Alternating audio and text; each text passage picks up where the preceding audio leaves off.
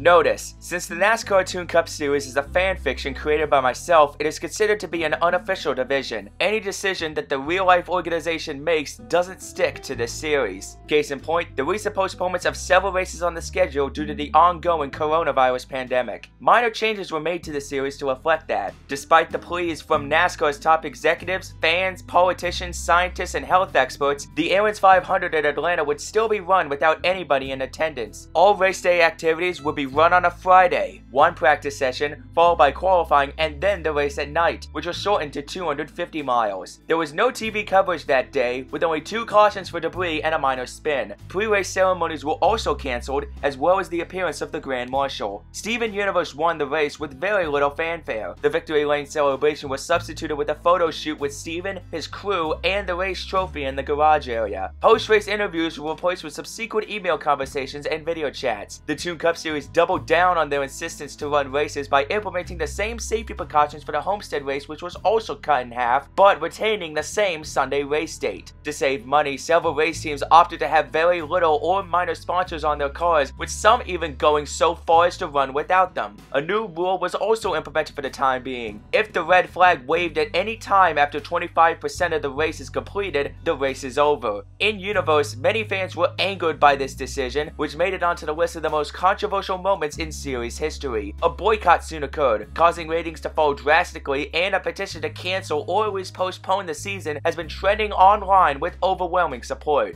Until further notice, this will become the new series norm. I wish I'd never have to make these changes to the series, but much like what happens in the shows the characters are in, real-life events also play a part in the series progression. With all that being said, it's now time for a feature presentation.